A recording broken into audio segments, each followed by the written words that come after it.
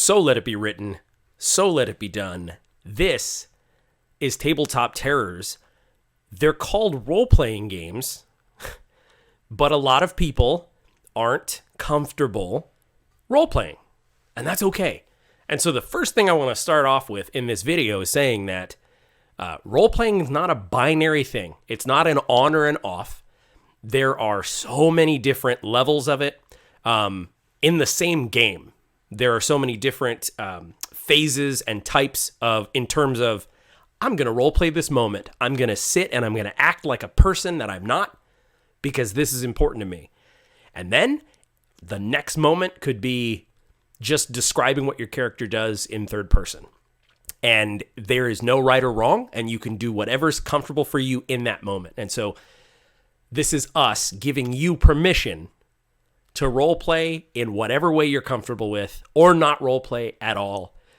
And that's important. So you have permission, have fun. Role play however you want and as often as you want. One of my favorite things to do, almost to push myself, is one of the biggest mistakes I see, and by saying I see, I mean that I would make all the time, is that I would try to make my character like what I wanted them to be, not what they needed to be so that they could grow. And this seems kind of obvious, but the idea is that you do need somewhere to go. You need something they want. You need, motivations. You need some sort of flaws, in my opinion. The important thing is I like to explore just how far you can go with that. Generally, I try to avoid making a character that makes the game unfun for others. So I avoid the rogue that steals other people's stuff because that's a separate thing. But I don't mind being the person that has a hard time keeping their mouth shut, So I'm like, well, sometimes role-play encounters are a little more interesting when they're trying to get the information out and the guy's about to say something and I chime in with something stupid, my character.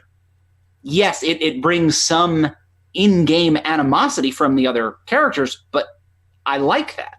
Yes, it'd be fine if I just sat there and listened and it was cool, but I'm like, I like to make a character that has room to grow and then try to play them in a way and, accepting all the things that I come to see if these are things that could make them grow as a character. You know what I mean? I'm like, even something as simple as that, where I don't care about anybody. Well, getting in a group of 3 people for a common cause, maybe slowly over this campaign, I'm going to find that, I found people to care about. That's a cool little arc that I like to play. It's like my own little game I get to play because I made my character not awesome. They have the same stats as if they didn't talk over people, but it's fun to have those little quirks and negatives because they give you so much more room to role play, or at least that's how I see it. So I'm going to talk about lenses, and it means exactly what you think. It's basically just like the thing that you're going to look through in terms of like when you're playing your character. This is just a new way to think of something you're probably familiar with. D&D 5th edition does a great job with the backgrounds of giving you traits, flaws, bonds, and ideals. And so basically those are connections your character has to the world. I'm going to simplify that, and I just want you to think of it in terms of things that you like as a character or that you dislike. And so I'll give you an example.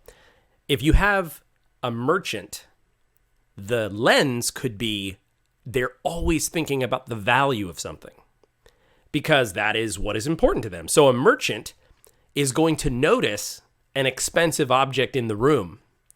And so what you can do is work with the game master, and you can even say something like, do I notice anything expensive in here? Which sounds like an interesting, how would that help the game? Well, as a game master, I love stuff like that because now I'm going to put some kind of a weird expensive thing on the shelf that was not in there at all.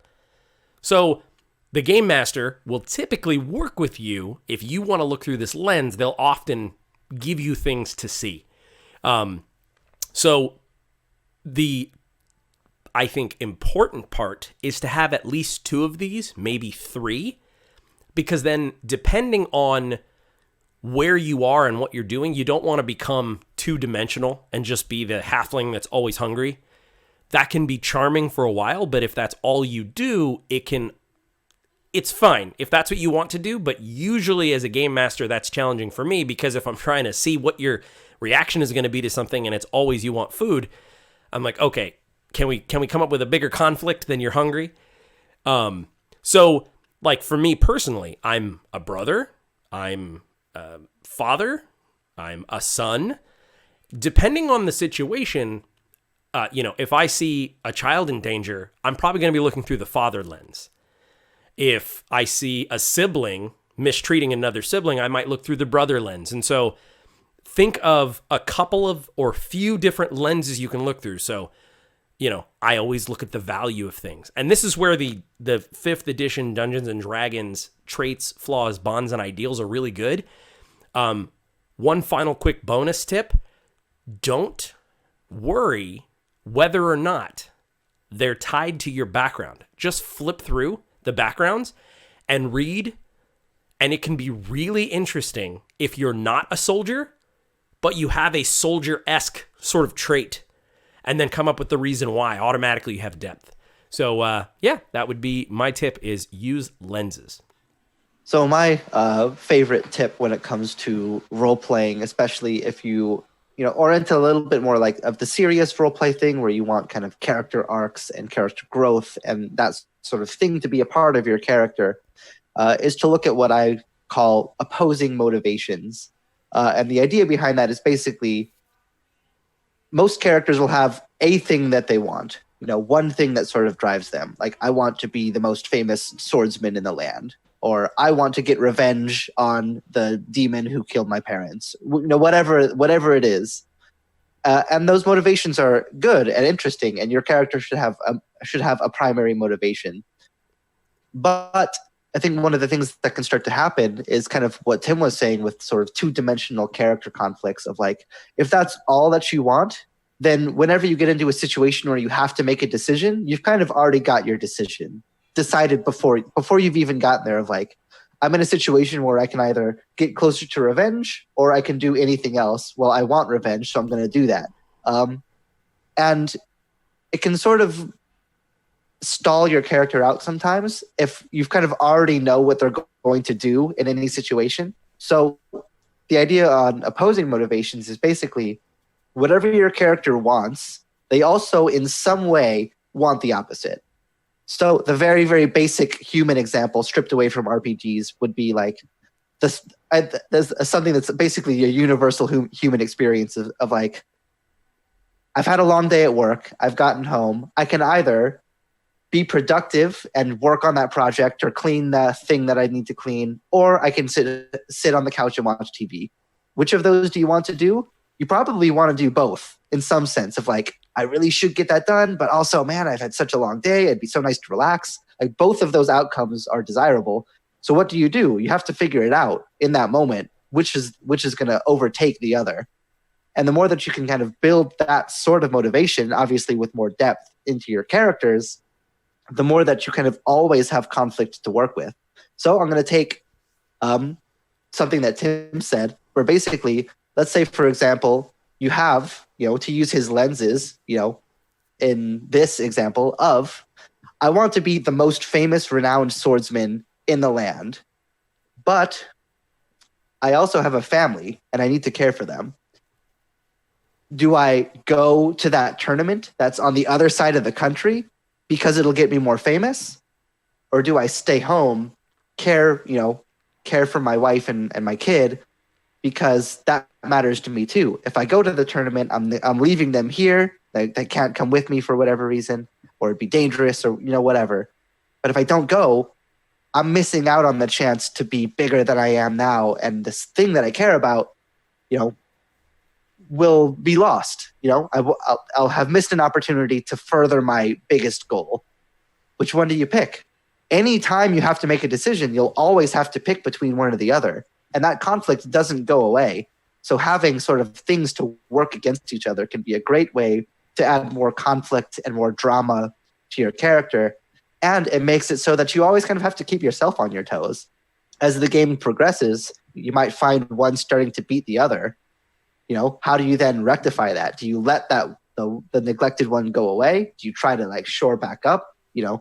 It's basically a tool to always to make it so that you always have to make a decision in that moment about what's more important to you right now. And it kind of keeps you evaluating what your character cares about. because it's not just this no matter what, always this. It's, you know, it's always, do I do this because it's better for me, or do I do this because it's better for my family? Those choices are almost always going to be in opposition in some sense, and that can add really cool color and drama and flavor to your character that you wouldn't get if you only just had the singular motivation.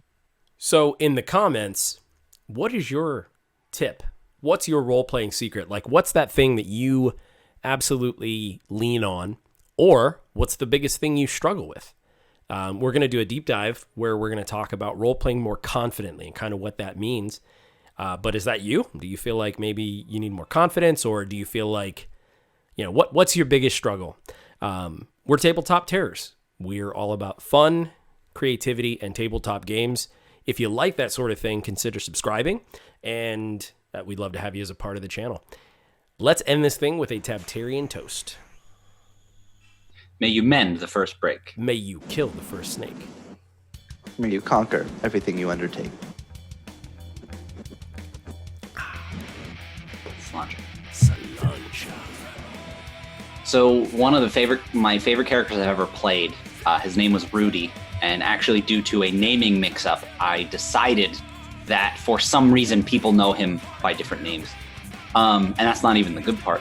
One of the other decisions I made about this character was that he wasn't going to have any spells that do damage. All the spells he prepares, he knows some that hurt people, but all the spells he prepares don't.